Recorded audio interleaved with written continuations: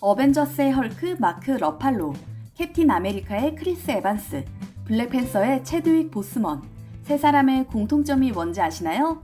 세 명 다 개성 있는 훈남이라는 사실과 세계적인 영화배우라는 점, 마블 영화에 출연했다는 사실인데요.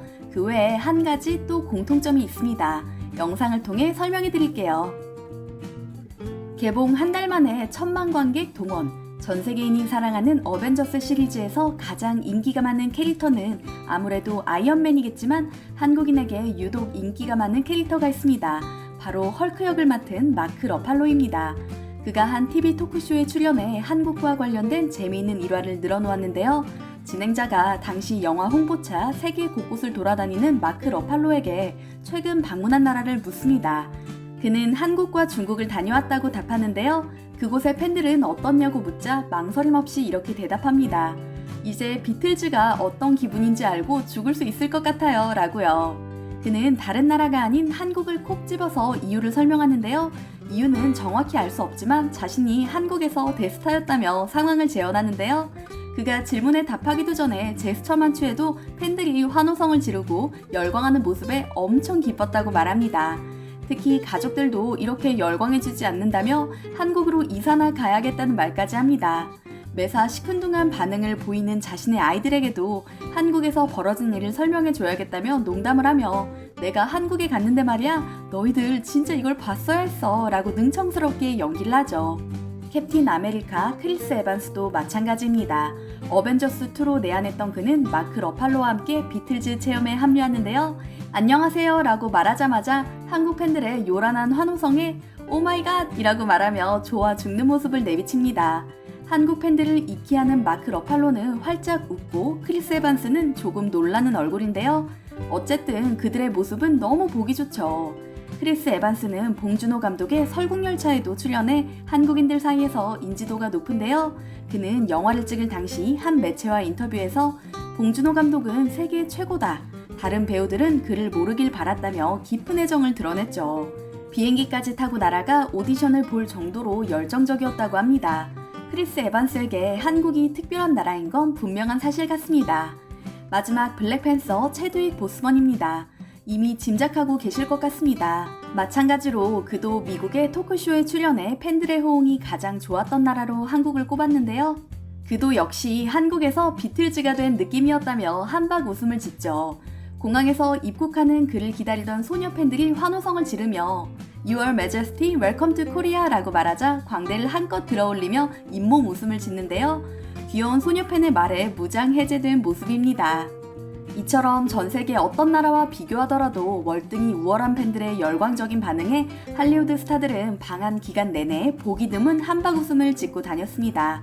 이렇다 보니 한번 한국을 방문한 미국 배우들은 영화 홍보 일정 중에 아시아 국가가 잡히기만 하면 한국에 꼭 가야 한다고 성화라고 하는데요. 대표적으로 아이언맨 로버트 다우니 주니어는 어벤져스2 홍보 당시 한국에 맨 먼저 가야 된다고 주장하기까지 했죠. 그렇다면 가장 많이 한국을 방문한 헐리우드 스타는 누구일까요? 미국과 한국의 비행시간이 짧지 않은 만큼 한두 번 방문도 많지 않을까 하는 생각은 오산. 2번 이하는 순위에도 들지 못합니다. 공동 4위 리암 니슨과 로버트 다우니 주니어, 그리고 브래드 피트입니다. 로다주는 특히 해외 매체 인터뷰에서도 한국 사랑을 남발할 정도로 친한파로 알려져 있는데요. 3번 모두 마블 영화 홍보차 한국을 방문했습니다. 브래드 피트도 4년이라는 짧은 기간 내 3번이나 한국을 방문했는데요. 영화 머니볼, 월드워 Z, 퓨리 홍보차 한국을 방문했으며 그 후 그가 설립한 영화사 플랜B가 봉준호 감독의 영화 옥자 제작에 참여하는 등 한국 영화계와 인연을 이어가고 있죠. 3번 방문한 배우 중 의외의 스토리를 갖고 있는 배우도 있습니다. 바로 로키 역으로 큰 사랑을 받은 톰 히들스턴인데요. 그의 첫 내한은 놀랍게도 토르가 아닌 2010년 부산국제영화제였습니다. 인지도가 전혀 없던 시기라 자신의 자비로 한국을 방문한 것인데요.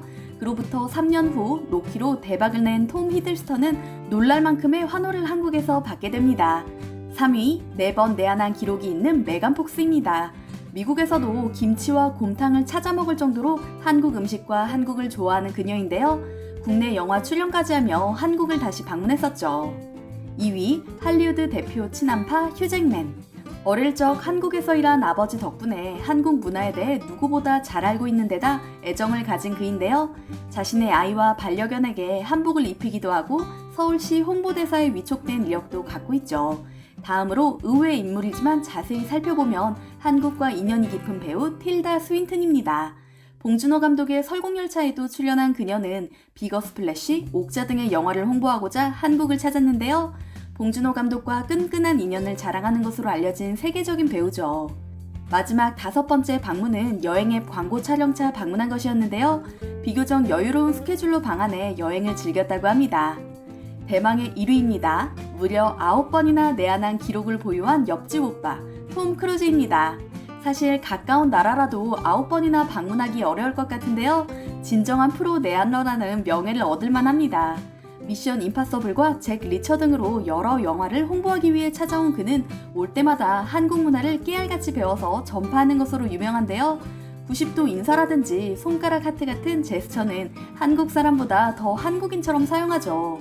거기에 공항과 행사장 근처에서 자신을 기다린 팬들을 위해 1시간 이상 팬 서비스를 해주는 것으로도 유명한데요. 일일이 악수를 해주고 사인을 해주는 모습에 한국인들은 친절한 톰 아저씨라는 별명까지 붙여줬습니다. 그리고 K하트를 그 누구보다 잘해서 하트 장인이라는 칭찬도 받았고요. 이들이 이토록 한국을 자주 오게 만든 비결은 무엇일까요? 우선 한국 팬들의 남다른 리액션입니다. 공항에서부터 이어지는 열광적인 환호는 다른 나라에서는 쉽게 보기 힘든 일이라고 하는데요. 일본의 경우 팬들의 반응이 무척 소극적이어서 작은 소리로 환호성을 좀 지르다 마는 정도라고 합니다. 팬인지 아닌지 구분조차 잘 되지 않는 반응인 것이죠. 중국은 너무 무례한 팬들이 많아서 눈살을 찌푸리게 하는 일이 많다고 합니다. 덧붙여 많은 스타들이 한국 팬들의 매너와 배려심이 인상적이었다고 말합니다. 공식 일정 외에 개인 일정에서는 최대한 방해하지 않으려고 애쓰며 막무가내로 사진을 찍거나 터치하는 일 또한 없었다고 하는데요. 미국에서 24시간 파파라치에 시달리는 그들로서는 이런 모습이 새롭게 느껴졌다고 하죠. 손편지나 직접 그린 그림, 한국 제품 등 팬들이 작은 선물을 챙겨주는 것도 마음에 남았다고 하는데요. 팬심뿐만 아니라 한국인 특유의 정을 느낀 할리우드 스타들은 SNS에 이를 올리거나 토크쇼에서 언급하며 두고두고 방한 경험을 자랑합니다. 평생 한 번도 가지 않았다면 모를까 한 번 방문한 후에는 자꾸만 가고 싶은 나라 한국. 한국인의 특별함에 빠져드는 스타들이 늘어갈수록 한국에서 그들을 볼 기회는 많아질 것 같습니다. 공포 영화의 한 장면도 영화 세트장도 아닙니다. 어느 나라의 평범한 수준의 병원 내부를 찍은 사진이거든요. 위생이 가장 중요시되는 병원이 이런 모습이라니. 그 나라가 어디인지 궁금해지는데요. 이런 이유 때문인지 이곳에 사는 사람들이 가장 무서워하는 곳도 바로 병원이라고 합니다. 자잘한 질병으로는 아예 병원 문턱조차 밟지 않는다고 하는데요. 한국인과 결혼해 3년째 한국에 거주하고 있는 해당 국적의 외국인 여성은 이렇게 말합니다. 아프면 죽어야지 라고 생각했어요. 제가 러시아에서 살 때는요. 한때 미국과 어깨를 겨눴던 강대국 중 한 곳이었으며 지금은 전 세계의 골칫덩어리가 된 러시아. 실제로 러시아에서 거주하는 한국인들이 가장 두려워하는 순간도 병원에 가야 할 때였다고 합니다. 먼저 한국인들의 러시아 병원 경험담을 공유해 드리겠습니다. 수용소 같은 느낌이었다. 일단 러시아 병원의 시설 자체가 낙후되어 있다 보니 정말이지 동유럽 영화에 나오는 강제 수용소나 생체 실험실 내지는 정신병원 같았다. 무엇보다 가장 무서웠던 것은 강압적인 시스템에 의사고 간호사고 할 것 없이 영어를 한마디도 못한다는 것이었다. 일단 중환자실에 잡혀가는 순간 가방과 전화기, 여권, 옷까지 신발은 모두 빼앗아간다. 러시아를 장기 여행하던 중에 이유 모를 발진 때문에 병원에 가게 됐다는 이분은 자신의 경험담을 생생하게 전합니다. 무슨 약인지 설명도 제대로 안 해줄 뿐더러 구글 번역기를 이용해 최대한 러시아어로 소통하려고 해도 안 된다는 차가운 대답만 돌아왔다고 하죠. 몸에 돋은 발진 때문에 병원에 간 건데 심전도 검사를 하고 옷을 벗긴 후 알 수 없는 주사를 투여하고 그것도 모자라 관장까지 했다는 읽으면서도 믿어지지 않는 이야기가 계속됐는데요. 이런 참혹한 경험을 한 것은 그뿐만이 아니었습니다. 러시아인 장인어른이 원래 심장 쪽이 조금 안 좋으시긴 합니다. 그런데 갑자기 한 달 전쯤 병원에 입원을 하라고 하더군요. 검사나 치료도 없이 계속 한 달 넘게 방치하다가 지금은 갑자기 다른 병원으로 이송했다고 일방적으로 통보가 왔다고 합니다. 심지어 비슷한 환자들한테 일시적 심정지 허가 서류 같은 무슨 말 같지도 않은 서류들을 사인해달라 그러고요. 지금 장모님은 장인어른이 우울증이 올 것 같다고 말하는 전화를 받고 화병이 나셔서 어제부터 누워 계신답니다. 이게 지금 무슨 상황인지 설명해 주실 수 있나요? 그리고 병원에서도 퇴원하는 방법도 있나요?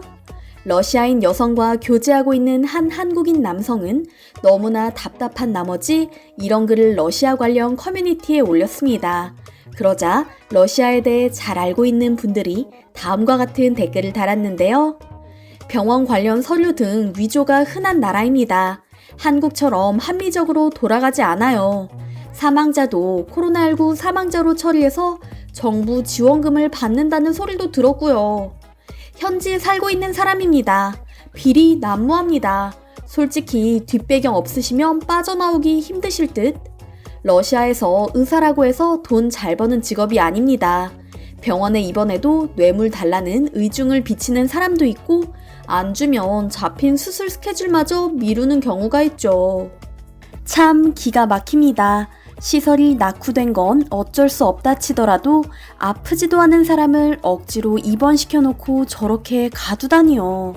러시아에 손톱만큼의 인권이라도 있는 건지 의심스러울 정도인데요. 이런 상황이니 러시아인들은 병원에 가길 극도로 꺼린다고 합니다. 없던 병도 생길 정도이니까요. 특이한 민간 요법까지 사람들 사이에서 당연시되고요. 혹한에 러시아에서 나고 자란 사람이라도 겨울철에는 감기에 걸릴 수 있을 텐데요. 아이들이 감기에 걸렸을 때 감자 삶은 연기를 15분 동안 들이마시라는 민간 요법이 러시아인 사이에서 통용되고 있다고 합니다. 어른들 사이에서는 보드카에 고춧가루 조금과 버터를 섞어서 원샷 한다고 하는데요. 이거 참 들으면서도 난감하다 싶습니다. 그리고 아무리 아파도 죽을 정도가 아니면 대부분 약국에 가서 약을 사 먹고 집에서 낫길 기다린다고 하는데요. 외상도 마찬가지입니다. 손가락을 심하게 다친 한국인은 병원에 가겠다고 주변 러시아 친구들에게 말하며 도와달라고 말했다고 하는데요. 러시아 친구들이 먼저 극구 만류했다고 합니다. 가봤자 소독 말곤 아무것도 해줄 게 없다고 할 거라면서요. 결국 약국에서 소독약을 사서 스스로 치료했다고 하는데요. 살펴볼수록 한국에 살아서 정말 다행이라는 말이 저절로 나올 정도입니다. 그렇다면 이처럼 의료 시스템이 낙후된 곳에서 온 외국인들은 한국의 어떤 점에 감탄할까요? 의외로 굉장히 소소한 부분에서 감동한다고 합니다. 대부분 젊은 사람들이 많아 큰 수술을 한다거나 병원에 입원할 일이 적기 때문인데요. 그럼에도 불구하고 깨끗한 병원 시설과 친절한 의사와 간호사, 체계화된 시스템에 한국은 차원이 다르다는 걸 실감한다고 하죠. 앞서 말씀드린 러시아인은 한국에서 감기로 병원을 다녀온 후 약국에서 약을 받아들고 깜짝 놀랐다고 합니다. 약 봉투 안에 아침, 점심, 저녁약이 따로 담겨 있고 구분까지 되고 있었기 때문이죠. 약 봉투 뒤에는 약의 이름과 효능, 주의사항 등이 깨알같이 적혀 있었고요.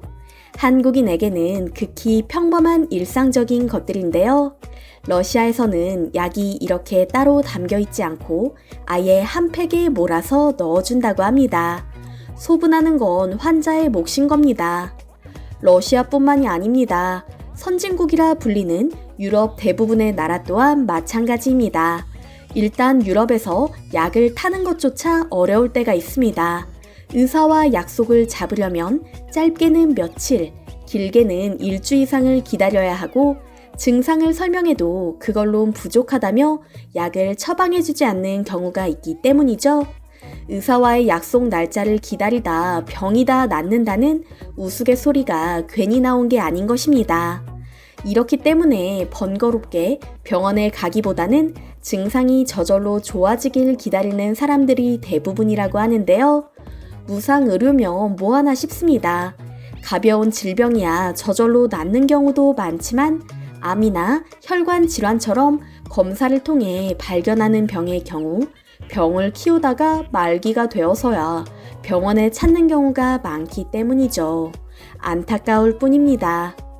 게다가 외국인들은 병원이 눈을 의심할 정도로 깨끗하고 로비에서 음악까지 흘러나오는 걸 듣고 기절할 뻔했다고 덧붙입니다. 러시아 병원 사진을 보고 나니 그럴만도 하다 싶습니다.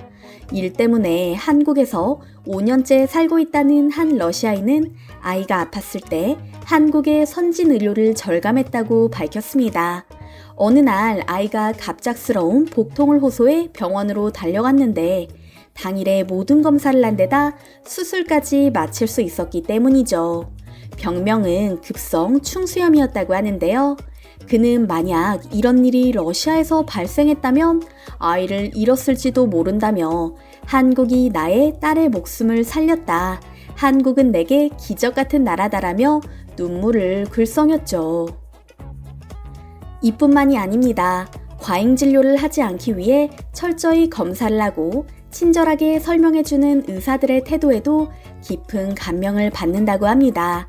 사실 한국은 큰 대학병원부터 작은 동네 병원까지 상황에 따라 골라갈 수 있는 병원이 널리 있다시피 합니다. 그렇다 보니 병원도 일종의 영업이 필요한데요. 여기에 한국인 특유의 정직함과 남을 배려하는 마음이 더해져 이런 긍정적인 결과를 만든 거죠. 한국과 달라도 너무 다른 러시아 병원의 참혹한 현실. 어떻게 보셨나요? 이 사람은 10대 때에도 20대에도 어쩜 이렇게 성숙하고 똑바르고 올고든가 싶다. 나는 그 나이 때 어른의 눈도 똑바로 보지 못한 철없는 아이였던 걸 떠올리면 얼굴이 붉어진다. 세계에서 가장 존경받는 영화제로 손꼽히는 칸 영화제에서 2번이나 수상했으며 세계적인 거장으로 손꼽히는 일본 감독이 한국의 여배우를 두고 한 말입니다. 바로 일본에서도 연기력이 뛰어난 배우만 골라 작업하며 그의 영화에 출연하고 싶은 배우들만 한 트럭이라는 영화감독 고레에다 히로카즈인데요. 그런데 그가 자신의 8번째 영화에 온전히 한국인 배우만 캐스팅한 데다 촬영마저 한국에서 진행해 놀라움을 불러일으키고 있습니다. 한일 관계가 딱히 좋지 않은 상황에서 일본의 대표 영화 감독이라 불리는 그가 왜 이런 선택을 했는지 궁금해지는데요. 고레에다 히로카즈는 소외된 삶이나 가족을 영화의 주요 소재로 다루는 감독입니다. 2013년 그렇게 아버지가 된다로 칸에서 심사위원상을 받았으며 5년 후 2018년에는 어느 가족으로 황금 종려상까지 수상했죠. 2019년 봉준호 감독이 기생충으로 황금 종려상을 받았을 때 대한민국 전체가 축제 분위기였던 걸 떠올려보면 고레에다 히로카즈 감독의 일본에서의 위상이 어느 정도일지 짐작이 되실 듯한데요. 특이하게도 한국과 달리 일본에서는 당시 그의 수상을 축하하는 움직임이 거의 없다시피 했습니다. 되려 일본인을 부끄럽게 만들었다. 돌아오지 말라. 일본의 수치다. 고레에다는 한국계가 틀림없다. 한국으로 가버려라와 같은 막말까지 나왔다고 하는데요. 그의 영화가 빈곤이나 아동 학대처럼 일본인들이 마주하기 껄끄러워하는 자국의 사회적 문제를 적나라하게 드러내고 있었기 때문입니다. 이런 황당한 여론에 외신들마저 고개를 내저었는데요. 한 미국 매체는 칸 황금 종려상의 영예를 아는 일본 감독을 자국이 무시하고 있다는 내용을 기사로 게재해 한심한 일본인들의 행태를 비꼬았죠. 이 매체는 일본 사회의 부정적 측면을 적나라하게 드러낸 고레에다의 영화에 아베 신조 일본 총리가 화가 난 것 같다며 그가 올림픽 피겨스케이팅 금메달리스트인 한유 유주로와 일본계 영국인으로 노벨 문학상을 받았지만 일본어를 하지도 못하는 가지오 이시구로에게 축하 전화를 걸었던 것과 태도가 너무 다르다고 꼬집었는데요. 고레에다 히로카즈를 향한 일본인들의 반감은 그 후에도 좀처럼 사그라지지 않았습니다. 어느 나라에서나 있을 법한 사회의 어두운 이면을 끄집어내 영화로 만들었을 뿐인데 말이죠. 이런 논란이 거세지자 일본 정부는 울며 겨자 먹기식으로 문부 과학상이 만나서 수상을 축하하고 싶다는 제안을 해오는데요. 고레에다 감독은 단칼에 거절해버립니다. 반대로 2019년 황금 종려상을 받은 봉준호 감독은 국가 영웅으로 추앙받으며 한국인들의 자랑거리로 떠올랐으니 고레에다 감독이 부러움과 씁쓸함을 동시에 느낀 것도 당연한 일일 것입니다. 이를 통해 시민의식은 물론이고 문화적 격차 또한 한국과 일본이 극명하게 드러났으니까요. 아무튼 이런저런 이유로 일본에 질린 것이 분명한 고레에다 감독은 다음 영화는 꼭 한국에서 찍기로 했다고 합니다. 영화를 영화로서 봐주는 진짜 관객이 절실했기 때문이죠. 첫 번째 한국 영화였기 때문에 캐스팅도 고심했다고 하는데요. 한국 드라마를 좋아해 평소에도 즐겨본다는 고레에다 감독은 우연히 보기 시작한 드라마의 여주인공에게 푹 빠져버립니다. 코로나 때문에 집에서만 생활하는 동안 나의 아저씨에 푹 빠졌고 그 덕분에 아이유를 캐스팅하게 됐다며 캐스팅의 이유를 밝혔죠. 또한 아이유의 가장 큰 매력은 목소리라고 생각한다. 한국어의 뜻을 정확히 모르면서 연출했지만 목소리에서 스며나오는 느낌과 표현력만으로 감정이 전달된다고 느꼈다라고 덧붙였는데요. 이것도 부족했는지 아이유를 향해 정답처럼 완벽하게 연기하는 배우라는 찬사까지 곁들였습니다. 그리고 아이유의 노래를 듣고 싶어 일부러 영화 속에 자장가를 부르는 장면을 넣었다는 고백을 하기도 했죠. 베이비 박스를 둘러싸고 인연을 맺게 된 사람들의 이야기를 다룬 영화 브로커에는 송강호, 강동원, 배두나, 이주영 등 쟁쟁한 한국 배우들이 참여했는데요. 세계적 거장답게 칸 국제영화제 경쟁 부문에 공식 초청된 고레에다 감독은 한국 배우들에 둘러싸여 레드카펫을 밟게 됩니다. 프랑스 칸 현지에서 최초로 공개된 영화는 극장 안을 감동으로 물들이며 12분 기립박수를 이끌어냈다고 하는데요. 상영 후 주요 외신들의 호평이 이어졌습니다. 미국 매체 데드라인의 토드 메카시는 전 세계에서 존중받는 고레에다 히로카즈가 다시 한번 삶을 제대로 살아가려는 사람들에 대한 뛰어난 공감을 보여줬다. 이번에는 한국 배우들과 함께 뛰어난 앙상블을 자랑했는데 그 조합이 놀라울 정도이다라고 평했으며 어워즈 워치는 브로커는 고레에다 히로카즈 감독의 최고 작품 중 하나로 올해 황금 종려상을 충분히 노릴 만한 놀라운 영화라는 평을 했죠. 해외 주요 영화 배급사 또한 줄을 섰습니다. 북미 배급사 네온의 대표 톰 퀸은 고레에다 히로카즈 감독이 또 해냈다. 브로커는 나를 눈물 짓게 했고 우리 인생에서 무엇이 있는지가 아닌 누가 있는지를 다시 깨닫게 해주었다고 밝혔고요. 스칸디나비아 배급사 트라이아트 필름 대표 마티아스 노보그는 송강호의 연기는 독보적이다. 또한 고레에다 히로카즈 감독의 전작들과 유사한 듯 색다른 한 단계 성장한 그를 볼 수 있었다는 소감을 말했죠. 한편 고레에다 히로카즈 감독은 오래전부터 소신 있는 발언을 하기로 유명했습니다. 일본 매체와 인터뷰에서 일본 영화의 폐쇄적인 구조와 불공평한 수익 배분을 비판하며 한국 영화계보다 훨씬 못하다고 당당하게 비판한 적이 있었는데요. 그는 일본이 한국의 선진적인 영화 제작과 수익 분배 시스템을 따라해야 일본 영화계도 발전할 수 있을 거라 호소했죠. 또한 그는 한일 관계와 일본 근대사에 대한 역사인식이 제대로 박힌 지식인이기도 한데요. 그의 역사의식과 발언은 일면 서늘하게 느껴지기도 합니다. 그가 쓴 책 일부를 그대로 읽어드리겠습니다. 이를테면 제 어머니가 추억으로 이야기하는 전쟁은 도쿄 대공습뿐이었습니다. 욕심 부리지 말고 대만과 한국만으로 그쳤다면 좋았을걸. 그랬다면 지금쯤은 하고 주눅 들지도 않고 말하는 어머니에게는 명백하게 피해 감정밖에 없습니다. 개인의 수준이 이러니 당연히 일본사 전체도 그런 형태를 취하겠죠? 가해자들의 아픈 기억은 없는 셈치기 일쑤고 다들 그렇게 했으니까라고 발뺌하거나 언급조차 하지 않습니다. 즉, 나라 전체가 그 일을 잊어버리려고 하는 거죠. 각 방송국 자료실에도 자료가 50년분이나 있는데도 과거의 방송을 향수 어린 시선으로만 다루는 건 아까운 일입니다. 일본인은 정말로 역사를 배우지 않는 인종이랄까요?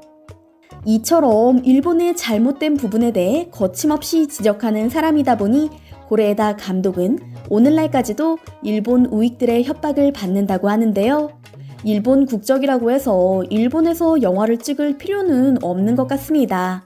고레에다 감독이 브로커처럼 좋은 영화를 한국에서 많이 만들길 기원하며 오늘 이야기를 마무리 짓겠습니다.